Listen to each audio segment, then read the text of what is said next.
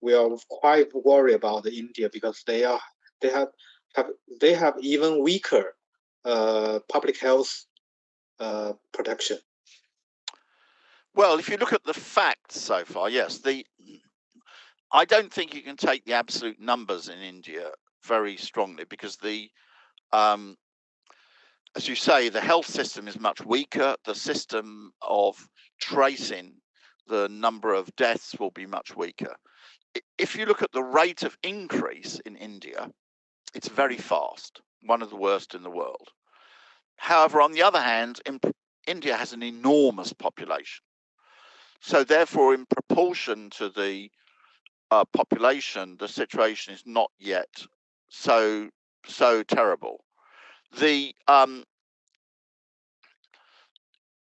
It's unclear. If you take, for example, the situation in Brazil, looking at the situation in Brazil 4 or 5 weeks ago, you could say that the rate of increase in deaths was very fast, but the number of deaths was not yet very high. But as this continued for 4 or 5 weeks, now the number of deaths in Brazil is very bad. The Brazil situation is one of the worst situations in the world. If the process were to continue in the way that it was doing in India, then you could have a new Brazil. On the other hand, you have to be slightly careful because the pandemic has not developed exactly in the way that people would think, because the main mechanism of transmission of the pandemic has been air transport. Air transport has 2 features. One is it's very quick, which is why the virus could spread so quickly.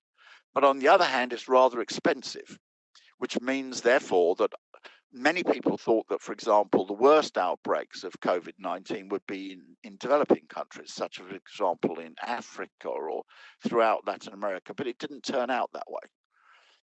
The reason was because in Africa, the population doesn't have enough money to travel by air. So therefore, the number of cases so far is low. Again, if you look at the situation in Latin America, there is a very, very bad situation in Brazil. There is, in proportion to the population, an even worse situation in Ecuador. There's a very bad situation in Peru. On the other hand, some other countries, either because they're leftward looking, such as Venezuela or Cuba, the number of cases and deaths is very low, but also some countries which we might say are not so left wing, but for example, Argentina, Uruguay, etc., have not been so badly affected.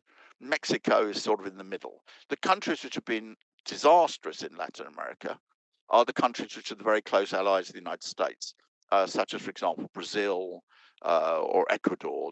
Terrible situations. Ecuador. So therefore the situation in India is worrying in the sense that the increase in the number of cases is very quick, but so far it's affecting only a small part of the population. So we will have to see what happens there. On such an important matter, I don't want to speculate. It's necessary to deal with the facts.